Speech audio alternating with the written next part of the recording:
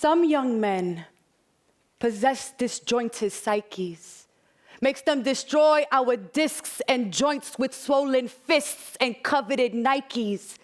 I have turned the last age you ever knew and know what it is like to fear both love and being left. Although his knuckles never kissed fractures into my bones or flesh, I have been consumed and made excuses, thrown myself at his words, though they were fenced with barbed wire, and then cried about the acquired bruises. I do not know how many times I passed you in the hall. Did you press prayers like duct tape onto your brokenness? I only ever noticed your smile. Now I notice your ghost in too many girls. And could it be any one of us who love enough to actually return Adam's rib? Did he ever ask if you would die for him?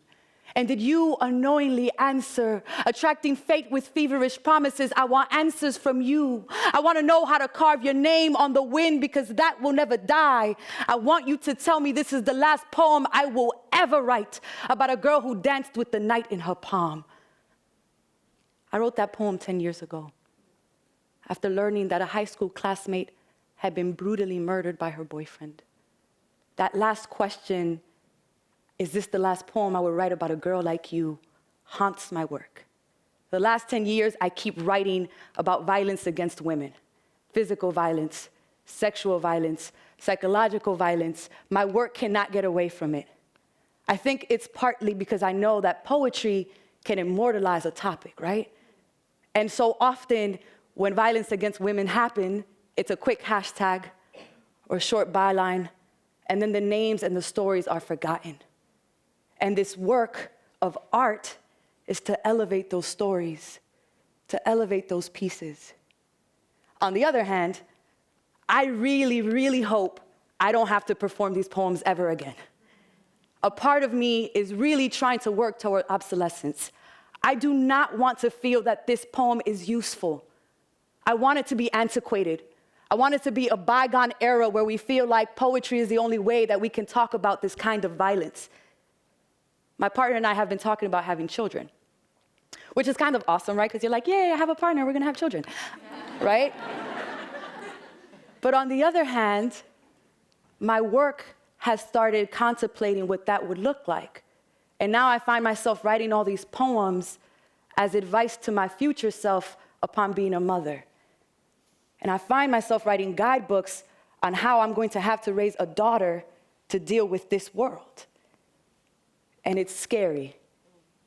It's scary to contemplate how you will raise a kid, particularly a girl, in a world that oftentimes sees them as something that can be easily dismissed or easily abandoned or not worthwhile. I won't raise my daughter to be nice, to give her laugh away, to smile polite as some men plot and plan to turn her body into a weapon of war. And if they try, she will know how to wield herself. Don't tell me it's wrong to want to raise a child from this kind of fear. I know for every finger that we loosen, another knuckle grows back crooked. Another knuckle is looking to crack into my daughter's skin. And I can't trust this world to teach their sons how to treat my daughter.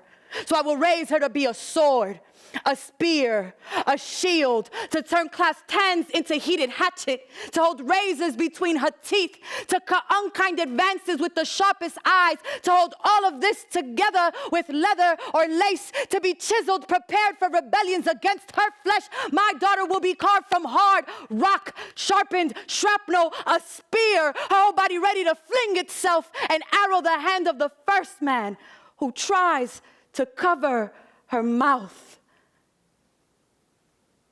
I think poetry is amazing because it is so easily carried in the body. We know how to deal with rhythm, right? Most of us know how to deal with rhythm. And we know how to deal with song, and we know how to deal with stories. And poetry allows us to carry these names, right? It allows us to live knowing that we have all these other women with us. Specifically women, because that's the challenge I want to give you all in a little bit. And to me, poetry is a type of artifact, right? It distinctly says this is the life and times what someone recorded based off of what they thought was important. And I truly, truly hope that these poems I'm writing will one day be artifacts at the bottom of a dusty box, at the bottom of a museum, no longer considered necessary. But I know that that's not the time we're in right now. That's not where we are in this current moment. And so I have a challenge for everyone in this room. I want you to find a woman poet. I want you to memorize one of her pieces. And on the days when things feel really heavy, when equality for women seems unattainable, when one of your male coworkers says something they don't even recognize is a microaggression, when yet another person asks you, when are you gonna get married? When are you gonna have kids? And you're like, bruh, I don't want none of that. On those days, right. On the days when you hear yet another story about a girl who's disappeared, a woman who's been brutalized, when it just feels like we can never escape this reality, recite that poem to yourself. Because at the end of the day, all poetry, even when dealing with these heaven topics, are poems, they're hope. The whole point is for hope, right? Hope to be heard, hope for all of us to heal, and hope that these poems will be obsolete, that we don't need them.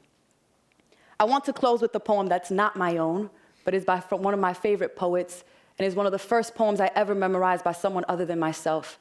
It's what I recite on my heaviest of days, that I give to myself as a gift, and that I give to another woman whenever I know that she's struggling with something. And so hopefully it would inspire you to find a poet for you to memorize. So that's your challenge. Think about a poet, find a poem, memorize it. It doesn't take much to memorize 12 lines, and then you have it for the rest of your life. This is a poem by Lucille Clifton. Won't you celebrate with me what I have shaped into a kind of life? I had no model, born in Babylon, both non-white and woman. What did I see to be except myself? I made it up. Here on this bridge between starshine and clay, my one hand holding tight my other. Won't you celebrate with me that every day something has tried to kill me and has failed? Thank you all.